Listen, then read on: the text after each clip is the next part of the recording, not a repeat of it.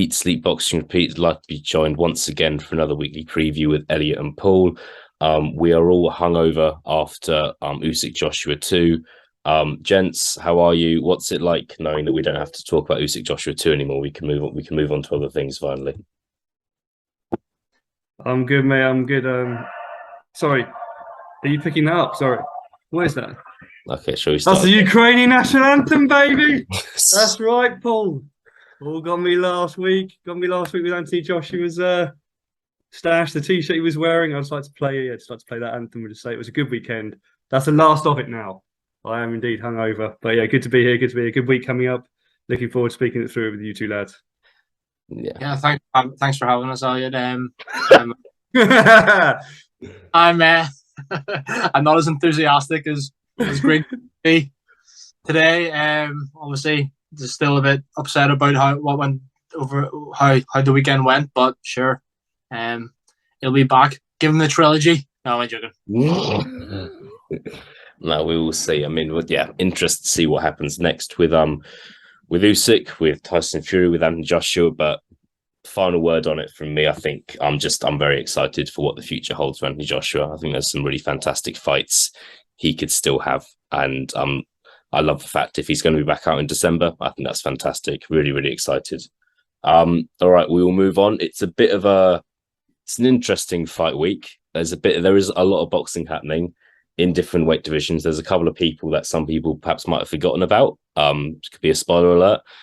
We will start things off. The Albanian King returns. Florian Marku faces the Italian Miguel Ramirez, which is on a Thursday night, which is something different. And he's fighting for the first time as a professional in Albania. I've taken a look at Ramirez. I don't think, from what I've seen, I don't think he's a world beater. I think they've picked someone that Marku's going to go to Albania and stop, basically. I think that's the point of this exercise. But yeah, look, I think anyone that's watched a Marku fight on TV or been to a Marku fight knows that he brings a serious amount of Albanian fans to his fights in the UK. He boxed on the Joshua Usyk undercard. He's boxed in Newcastle against Chris Jenkins. He's brought a serious amount of fans. What I want to ask you, gents, is what are your thoughts on Florian Marku? How good is he? Still undefeated, 12 fights in, beaten a couple of good names. Eliot, I'll go to you first. How far can Florian Marku go? Oh, it's a tough question. I think initially, obviously, when Marku came in and the sort of fighting style that he employs, you obviously sitting there going, at some point when you fight someone with a bit more resistance and a bit more talent, obviously he's gonna be stopped. But then I actually kind of have warmed to Marku, weirdly, like seeing over his career. I think like when it got to sort of the stage of the Ryan Charlton fight, I think for me was kind of like, okay, I can kind of like appreciate this a bit more. And then when obviously recently when he fought against Jenkins, wasn't it, as well, and sort of blasted him out in 4 as well, kind of going, okay, maybe like I'm kind of getting bored with this. I'm not sure. I still kind of think that, when he faces someone a bit better, the sort of style that he essentially employs, whilst enjoyable, will come unstuck. I know obviously he's called out a lot of names, hasn't he, in that sort of welterweight division as well. And like you were saying, I was looking through kind of Ramirez's record as well prior to coming on here, and I think you're exactly right. I don't think this is going to be a case of Ramirez going over to Albania and stopping him. I think it's going to be a case of turn up, be Mexican and get stopped. But equally, Mexicans, they do tend to travel quite well though. So I mean, it would be quite something if he did go over there and get a result. But I think it's a Marku KO. How far he can go, I still don't really know, in the sense that I know that he's IBF international welterweight champion, but it's like there's still a big gap between the likes of Chris Jenkins, Charlton, between the sort of obviously champions and higher ranked names in that division. So for me, he's probably still somewhere between kind of European and world level at the moment, I'd say. Yeah, because I know like a couple of years ago he was calling out Conor Benn, which a lot of people have done. But yeah, I'll let Paul jump in on that. He's quite eager to get involved. Paul, what are your thoughts? No, I think that Florian is entertaining. He does clearly carry a big punch at the weight, as we saw against Jenkins, against Ryan Charlton. But I think for me, I'm going to be brutally honest here, and it probably won't be popular if we've got a lot of Albanian fans watching this ahead of the weekend, or ahead of Thursday, sorry. But I don't really rate Florian Marku that highly. I think that he's got an iffy chin. I think that once he steps up a level and fights someone who can punch, as well as taking a punch, I think he'll get stopped. What else was I going to say about him? Yeah, I think that the Chris Jenkins fight, yeah, he did knock him out in 4 rounds. It was impressive. It was a good KO, but he was getting outboxed. He lost every round up until that point, in my opinion. I know the comeback there is, well, he still won. It doesn't matter, which is true. But if he's getting, I know Chris Jenkins is a very good boxer, but if you're getting outboxed by Chris Jenkins and you're relying on a punch, you're never going to win a world title, in my opinion. I don't think you're going to. I know Eliot there said he's between European and world level. I don't even think he is European level, to be quite honest. I mean, he could well prove me wrong. And this weekend, I do agree with you two guys. I don't think that Ramirez will put up that much of a test in terms of being able to beat Marku. But yes, he's Mexican. He's got a few knockouts, I think, as well himself. But yeah, still a padded record, and I think this has been made for Marku, like a homecoming for him to look good. Yeah, we'll see what happens. I know that he's ranked in the top 15 with the IBF. So I wonder if maybe after this fight, before the end of the year, he'll target someone to try and get his ranking up even further. But we'll see what goes next. But it's exciting due to kind of the amount of fans he brings. I was going to ask actually, Scott, have you been in a crowd when Marku's been fighting? I have, yeah. I'll keep it short. This was 3-4 years ago now. I went to York Hall on a Saturday afternoon, and I noticed it was a 5-fight card. I remember thinking this is a bit strange, and me being a bit lazy, I hadn't really had time to look into the card, do my research, but noticed there was a guy called Florian Marku on the card. And I remember getting off at Bethnal Green Tube Station, turning right, and there being just about 500 Albanians queuing up outside York Hall and thinking, okay, this is something different. And I've still got the video on my phone. I'll send it to you. But that atmosphere, I think that was his 3rd or 4th fight. He was fighting a journeyman. I think he stopped him in the 2nd round, maybe. But that atmosphere was incredible. And at the same time, when that journeyman was making his ring walk at York Hall, I was generally worried for his safety. In the same way, if the journeyman somehow pulled it off, I don't think he would have made it out of York Hall that night. But yeah, it was one of those where it was mental. Somewhere like York Hall as well, that's so compact and everyone's close together anyway. It was mental. And I've seen him fight at Newcastle as well against Jenkins earlier this year. He brought a lot of fans to Newcastle. But yeah, it's mental, mate. It's absolutely mental. He's one of the biggest ticket sellers in the UK. He is, whether he's fighting someone who's of note or not, he is one of the biggest ticket sellers in this country. And he's, so no, incredible. We can debate over how good he is, but I think he is more than a ticket seller. But at the same time, he's going to continue. He will continue to do that. Yeah. No, it's interesting. I haven't been in an atmosphere with who's fought, but obviously you see the online socials and all that sort of thing. It does look like some sort of next level support that Albanians are bringing towards him. It's impressive. I can't lie. Cool. I will hand things back to you, Eliot, to talk about the next fight we are this weekend. Looking forward to this one. Yeah, so we're over in Belgrade for this one, which is the return of Gassiev taking on Carlos Welch. Now, when I first looked at this, when you told me to have a look at this today, I looked at the fact that Gassiev's obviously 28, big name, been inactive, granted, but a big name in the cruiserweight division, stepping up to heavyweight. And I looked at the opponent, in fact, he was 42 years old, and just thought, why, oh, why am I having to speak about this? However, on digging deeper into it, what I'm going to tell you now are some facts. And that is that despite obviously, being 42 years old, Welch has actually been very active. So between 2020 and 2021, he had 8 fights. We're talking about Joshua coming back out in December. The guy had 8 fights. Started very late, started in 2017, his pro career. So essentially has been making up for lost time. Hasn't obviously fought at the level of Gassiev, but he's fought and has indeed beaten some guys who, in previous and lower weight classes were world title challengers. I mean, the names you're sort of banging around there may not be well known to a lot of people, but Alejandro Berrio, for example, Edison Miranda, the two names that stand out. Gassiev, conversely, whilst being younger, significantly younger, obviously is known, I suppose, still more for obviously his exploits down in the cruiserweight division, obviously in the WBSS, beating Dorticos in semi-finals of that, losing to Usyk in the final, which we'll all agree is no shame in there. UD in the final to Usyk, but through injuries and a combination of injuries and legal issues, has been relatively inactive. So if you think, obviously, he fought Usyk in 2018, fought Safari in 2020, and Mikhail Wallish in 2021. You're looking at him really not being as active as kicking on as much as you like, when you obviously consider where Usyk is now, having come out of that division as well. So an interesting fight in some ways, simply for the fact that obviously Gassiev's record 28-1, 21 KOs. This guy Welch 21-2-1 with 18 KOs. So I mean, obviously he's been fighting lesser opponents, but it would suggest that he can still punch a bit. So you sit there and go, well, there's intrigue there. Can he catch Gassiev? But so it's over 10 rounds. And I suppose really the question I'm going to pose to you both is this a simple Gassiev KO, yes or no? What sort of percentage really are you that he's going to get the KO victory?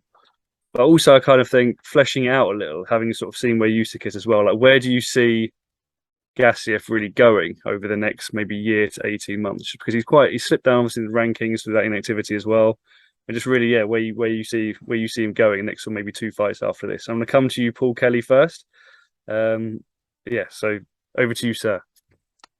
Thanks, Eliot. Yeah, I agree with you. When Stoddy mentioned this fight, I was kind of like, what? But after having a little bit of digging as well, yeah, I concur with what you said. Like, yeah, I think if we're being honest here, I know you buttered it up a little bit there, but I think Welch has got a puncher's chance at most, in my opinion, because the opposition he has fought is very limited. Gassiev, it's a strange one, because as soon as he made his move to heavyweight, everyone's like, oh, well, he could be in world title contention in a few fights, like Usyk obviously did. But the inactivity, genuinely, I'm not even joking, I kind of forgot that he'd stepped up to heavyweight. I'm being brutally honest, but he's obviously a big talent, and I'm excited to see him back. To answer your question, do I think it is a straightforward knockout for Gassiev? I probably do. He's got two relatively quick knockouts in his two heavyweight fights. I think he'll make it a third. But again, where do I see him after this? I really don't know. Because you've got to put him at fringe world level, or in with the names of people who think that they can contend for world titles, because of his history in the cruiserweight division, and his name really. But he's still 28. It's still quite young in heavyweight terms now. He's seven years younger than Usyk. But yeah, I still think he's got a future at heavyweight. Could he win a heavyweight world title? I don't know. I honestly couldn't answer that question. But fringe fights with the likes of, why not put him in with, for example, who just won at the weekend there, Hrgovic, even though I don't think he won. What about Hrgovic, Gassiev next? You could do that. Even Zhang, even someone like, if I know he's, a lot of us think that he should be retired, but even like you put Gassiev in against Chisora just to see where he's at, kind of like just to see where he's at in the heavyweight division. Yeah, I think there's definitely some entertaining fights out there for him. Before I come to you, Stotty, I just want to throw one more opponent possible there for Gassiev to Paul. Paul, Gassiev versus Martin Bakole. How would you see that fight going? I haven't really thought about it, but after Bakole's last performance against Tony Yoga, I might have to favour with Bakole, to be honest. Excellent, Paul. Thank you. And I'm kind of coming over now to you, Eliot Stott. So, do you see this as a simple victory for Gassiev at the weekend? And again, if you could just take us a bit of a summary of where you sort of place him in the heavyweight scene, who you'd like to see him fight maybe over the next year to 18 months. So obviously, I think one of the incredible things about Gassiev is that he's 28 years old. He makes me feel a lot better about myself, to be honest. But I just think that's the unreal. Like he just looks a lot older, doesn't he? He fought Usyk when he was 24, 25. It's not like fair play to him for doing that. Very talented fighter, but I just think it comes to a point when you've been inactive for so long, can you can you kind of retrieve those glory days? Can you get back to your best? And that's what I'm questioning, and that's what I'm interested in this weekend. What does he kind of does he look good against Welsh? Has he kind of been staying in shape the last year or so? What's he look like at the weigh-in? Immense, like, talented fighter, and he's, for a heavyweight, 28 is still quite young. So I think he can still offer it, but I'm not gonna stand here and say, he's gonna beat Martin Piccoli, or he's going to be a top 10 heavyweight in a year's time, or he's going to fight for a world title in the future. I can't say that because he's just been so inactive. So we'll see. I think what he needs to do is win this weekend and then be out again in a couple of months. But whether that happens or not, I don't know. And I don't want to talk about it too much because we could find ourselves this time next year saying, oh yeah, Gassiev's back again for the first time in a year. And we'll just be asking the same questions. So I think some fighters, before you take them seriously again, they need to prove that they can stay active. So that's kind of where I'm at with the situation. Thank you very much. So yeah, I mean that fight, I believe, takes place on Friday. So we'll tune in obviously to see the outcome of that one. And I believe now we're going to Paul, who's got another fight, another treat coming up with two fighters who are well known. And yeah, Paul, over to you. Yes, thanks, Eliot. As you say, two well-known fighters for their various exploits and perhaps in divisions below, and some of the big names they've fought. And this fight is on Saturday night. It's stateside over in the US, and it's Jose Pedraza against Richard Comey. And I, for one, am really interested and intrigued by this fight. Both, if I go quickly and have a look at their stats of both fighters, Pedraza, he's 29-4, 14 stoppages, one stoppage defeat. He's 33 years old, 5'8", 70.5-inch reach. Puerto Rican fighter. And then if you look at Richard Comey, he's a Ghanaian fighter. He's also orthodox, also 5'8", a couple of years older, 35. He's 30-4, with 27 of his wins coming by way of knockout and one stoppage defeat too. So yeah, they both had 4 defeats, both been stopped once. Of the two, you got to say Richard Comey on paper is the bigger fighter, considering there's only 3 of his wins that haven't come by knockout. And just looking down their resumes, really, Pedraza's lost to Jose Ramirez, Lomachenko, Jose Zepeda, and Gervonta Davis. So, 4 names that we all know quite well. And then you look at Richard Comey, he's also lost to big names, lost to Lomachenko, Teofimo Lopez, Robert Easter Jr., and Denis Shafikov, I think you pronounce his name. So yeah, this is Comey's first fight up at super lightweight, 140 pounds. Pedraza's been here before, 3 or 4 fights, I think, at this weight, but both have fought in divisions below and both won world titles in divisions below. So yeah, I think there's quite a lot of intrigue in this fight. I just want to really get your guys' thoughts. Firstly, I'll go to Eliot Stott first. And Eliot, do you think this fight is a 50-50? Is kind of my first question. If not, who do you favour and why? Yeah, I do think it's a 50-50. I'm not able to offer a prediction, if I'm honest. I think it's interesting, like the similarities between the two fighters in terms of like their age, their records, the guys they've only both lost to like top guys as well. So in some ways, these fighters are very similar. So yeah, no, I'm really looking forward to it. I think another thing that's added into it is that, as everyone knows, the titles in the super lightweight division have just kind of gone up in the air. I think Josh Taylor's only got one left. So you'd imagine the winner of this fight would be in good contention to fight for a world title next, or be in the final eliminator. And these two guys, yeah, look, they're both top 10 in the division, arguably top 5 as well. Maybe not top 5. It's up for debate. But no, I think great fight. Looking forward to it. Just hope it's a good fight. I think both, some of you might look at their records and write them off a little bit, but when you look a bit deeper, they've only lost the likes of Lomachenko, Gervonta Davis. They've lost the top competitors. So we'll see where it goes. I'm interested in how Comey looks in the high weight division, if he can carry his power up, because nearly all of his wins have come by KO. So I think that could be a factor. Is he still a massive puncher at super lightweight? But yeah, really, really looking forward to it. Yeah, thanks for that, Eliot. Passing over to you, Eliot, the same kind of question, really. Who do you favour in this fight if you had to pick one? Do you, like Stoddy said there, do you think that Comey has to carry up the super lightweight here for him to win this fight? Do you think by winning by knockouts possibly his only chance? How do you see this fight playing out?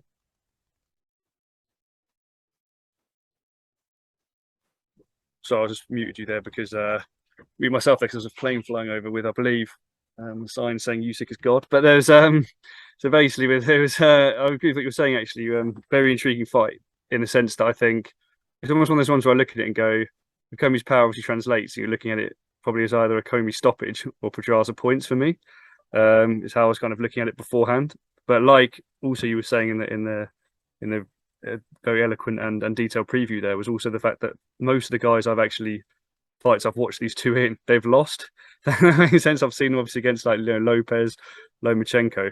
I think I watched Comey beat Beltran, and I think I watched Pedraza, I believe, beat Stephen Smith. That's right, isn't it? They're the two victories that I've actually seen these guys in. But other than that, too much I've seen them kind of in losing fights. So obviously I watched the Pedraza lose to Lomachenko.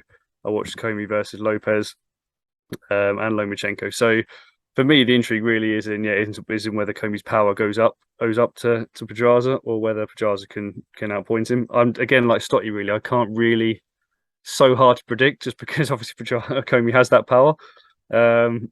So I wouldn't necessarily like to give a prediction. But I think Pedraza's only been stopped once. So I think I actually think for me this is actually the fight of the weekend, to be perfectly honest.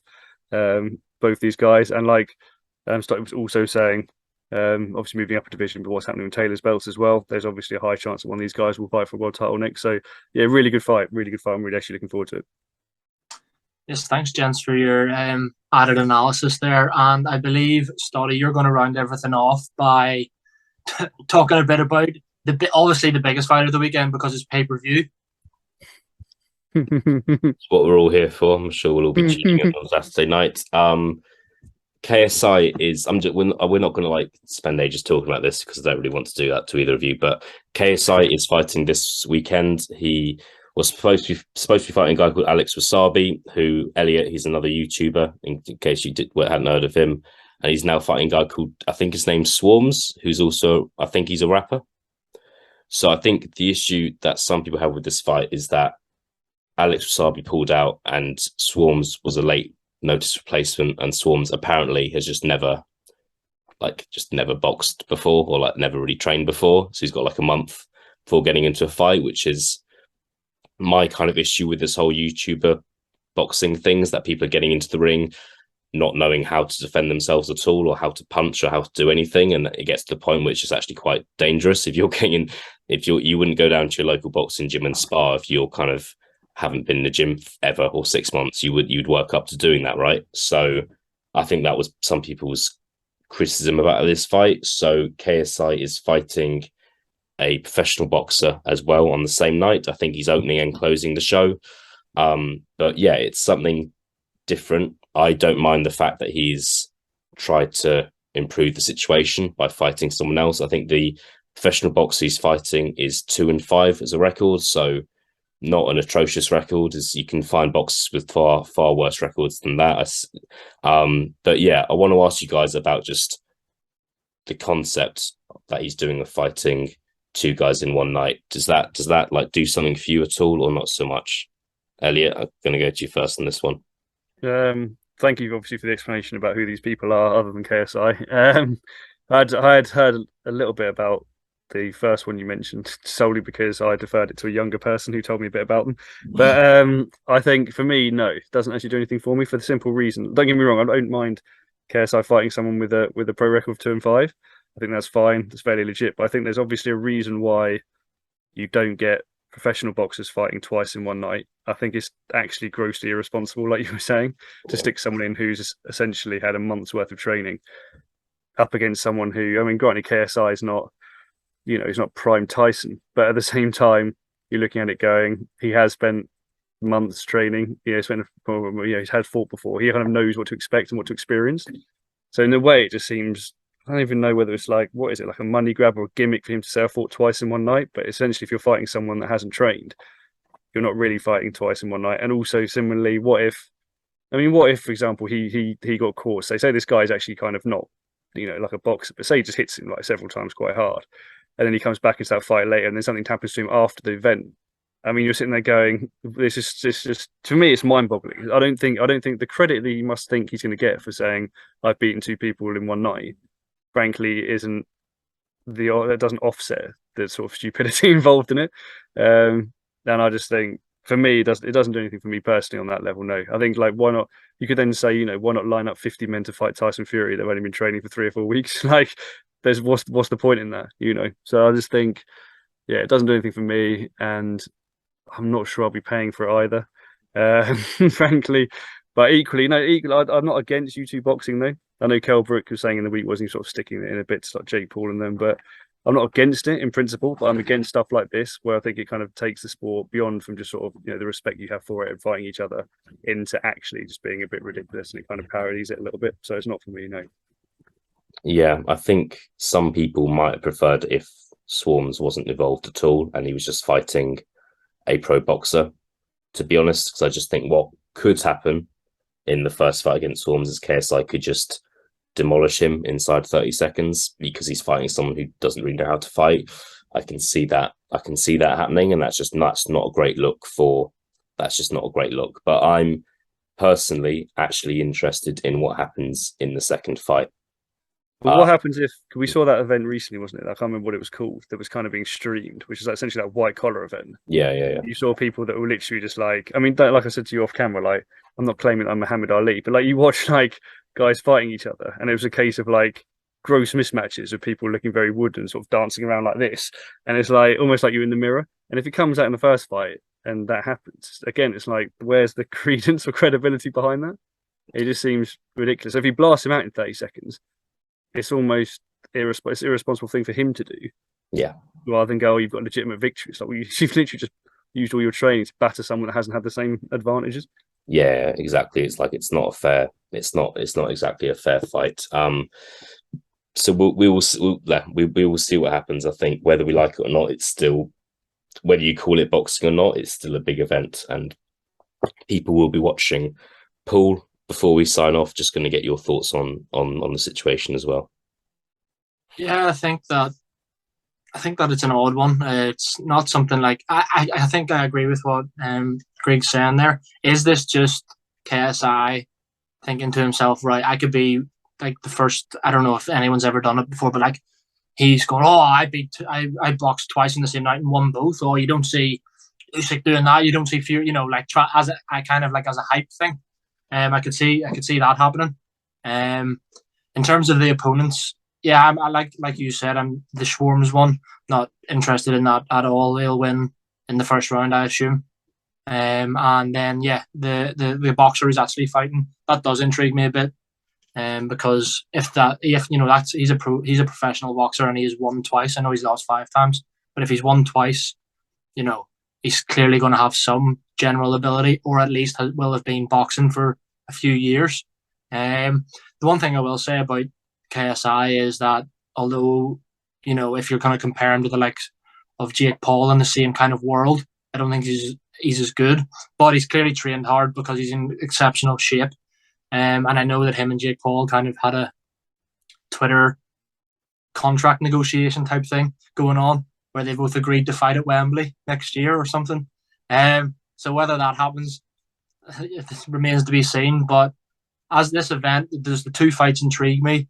It intrigues me.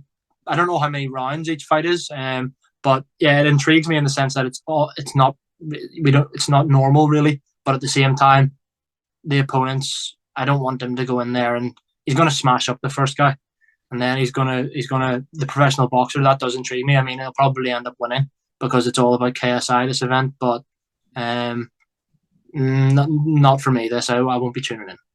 No, I've got a question for you, Paul, actually, because you've got some obviously some boxing experience and in that sort of white collar environment as well. I don't, so I'm deferring to you here. But how obviously if you just give us a bit of an insight into your kind of training for that and how you improved over time, just sort of how much you think someone who's been training for a month, how much they could really improve from scratch into being competent, whether that's completely impossible or whether that's possible in any way. If you're going from scratch, which we assume your man Swarms is, then in a month, yeah, you'll improve, but like you won't know how to throw a jab. Do you know what I mean? Properly. He might think that he might have been on the pads a few times and think that, oh yeah, I'm good at throwing all these combos, but realistically he's throwing them from his waist and leaving his chin right up in the air or something like that. not throwing his punches properly, even stupid things like not throwing your punch properly and like risking breaking your wrist or your hand or something just by not by the incorrect technique. If he's trained every day for a month or whatever, however long it's been, he'll probably be able to hold his own for 30 seconds, a minute maybe. But if I know KSI has been training for months and he's had 2 fights with Logan Paul before, he kind of started the whole YouTube boxing thing as well with Joe Weller a good few years ago. So I don't think that Swarms will have any chance really here at all. Yeah, thank you, Paul. Sorry, Elliot, back to you. Yeah, well, good. I think. I mean, look, I still find it interesting to debate with you guys. We're not going to be doing like prediction videos or big fight breakdown for KSI's versus Swarms, but we can still not analyze. We can still discuss it as an event and where this kind of influence YouTube, TikTok, boxing is going, and the fact it's on pay-per-view. There's still things to discuss, and yeah, we will see if KSI can beat 2 men in one night on Saturday, and if he fights Jake Paul sometime next year, we will see. That is all we have time for, gents. Always a pleasure. Feels like we've not done this for a while.